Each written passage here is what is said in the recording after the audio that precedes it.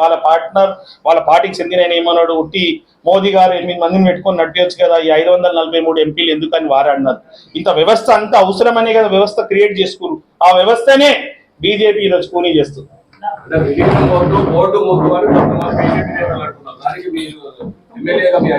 సరే ఏదో ఒకటి తేల్చండి, మీరు విలీనం చేస్తారా, ఎలక్షన్ పెడతారా, సాకులు చెప్పుకున్నాడు ఆపి పరిష్కరించాలనేదే మా demand. Thank you.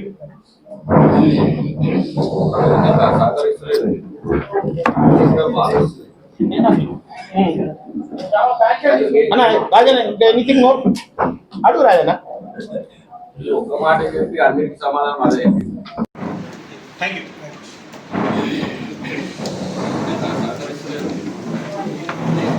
Anything more అడుగు రాజన్న.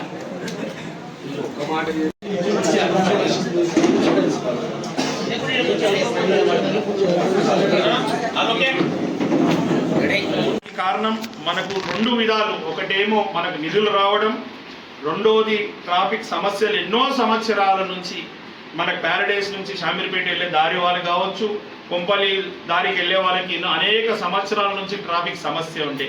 ఆ ట్రాఫిక్ సమస్య కూడా పరిష్కరించే దానికి ఎలివేటెడ్ కారిడార్ నిర్మాణానికి బదులుగా ఇది ఒక పార్ట్. ఇదే కాకుండా ఈరోజు రాష్ట్ర ప్రభుత్వం ట్రాఫిక్ సమస్యలు పరిష్కరించాలని ఈ యొక్క ఎలివేటెడ్ కారిడార్కి కేవలం కంటోన్మెంట్ ల్యాండ్సే కాకుండా ఆర్మీ ల్యాండ్స్కి బదులుగా స్టేట్ ల్యాండ్స్ ఇస్తుంది జవహర్ నగర్లో.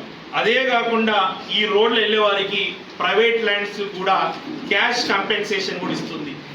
నిర్మాణానికి డబ్బులు, ఎక్స్చేంజ్ ఆఫ్ ల్యాండ్కి కూడా డబ్బులు కేటాయిస్తున్న ప్రభుత్వం కాంగ్రెస్ ప్రభుత్వం. దీనికి అంతా చేసేది ఈ విధంగా జరుగుతున్నందుకు వారికి ధన్యవాదాలు తెలపాలి. యావత్ కంటోన్మెంట్ ప్రజలు కూడా తెలిపాలనే ఉద్దేశంతో ఈ యొక్క ప్రెస్ మీట్. ఎందుకంటే మంచి ప్రశ్న వేశారు రిపోర్టర్ రాజన్న గారు.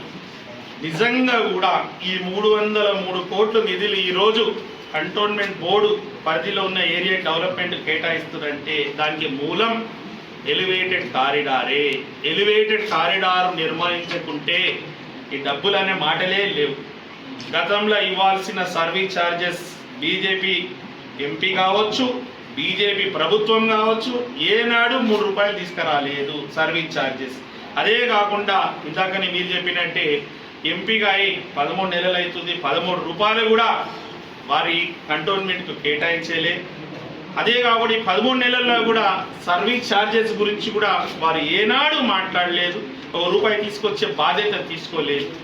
ముఖ్యంగా నిన్ననే వారి పార్టీకి చెందిన వారి పార్ట్నరే కేశవ్ రెడ్డి గారు, బీజేపీ లీడరే వారిని క్రిటిసైజ్ చేశారు. బీజేపీ ప్రభుత్వంని పార్టీని క్రిటిసైజ్ చేశారు.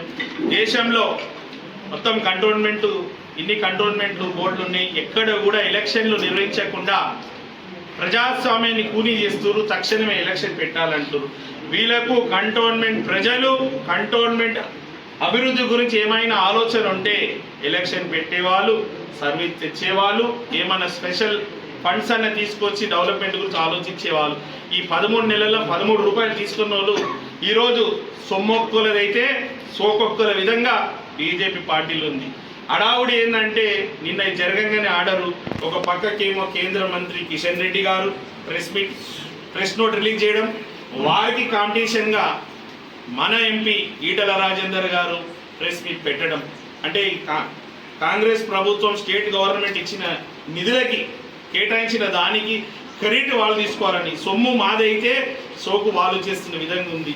ముందంగా ఆడ గ్రూప్లో నేను ముందా అనేసి ఆడ కిషన్ రెడ్డి గారు, ఇక్కడ ఈటల రాజేందర్ గారు పోటాపోటీగా ప్రెస్ మీట్. ఈ పోటాపోటీ అనేది కంటోన్మెంట్ ప్రజల సంక్షేమం శ్రేయస్సు గురించి ఉండాలని కేంద్ర మంత్రి కిషన్ రెడ్డి గారిని, ఈటల గారిని కోరుతున్నాను. దయచేసి ఇప్పుడైనా మీకేమైనా చిత్తశుద్ధి ఉంటే సర్వీస్ ఛార్జెస్ తీసుకురావాలి. ఇంకోటి ఎలక్షన్ కూడా పెట్టే విధంగా చూడాలి. వీలైతే ఇప్పుడు ఏదైతే నిన్న గ్రాంటీని ఇచ్చిరంటారు, అంటే గ్రాంటీని ఇచ్చిరంటే ఎప్పుడు ఇస్తారు? దివాలా తీసి కంటోన్మెంట్ బోర్డు అనే వాళ్ళేదో నిధులు ఇచ్చి దివాలా తీయకుండా జాగ్రత్త పడే విధంగా మీరు ఇన్ని సంవత్సరాల అనుభవం ఉంది, కేంద్ర మంత్రిగా 10 సంవత్సరాలు ఉన్నారు, మీరు నిధులు తీసుకురావాలా. ఈటల గారు కూడా మాటికి నేను ఏదో తీసుకొచ్చిందని చెప్పడం కాదు, మీరు తీసుకొచ్చడం అని మాట కాదు, తీసుకొచ్చిన నిధులు చూపించాలని మిమ్మల్ని కూడా ప్రశ్నిస్తాం. Sir MLA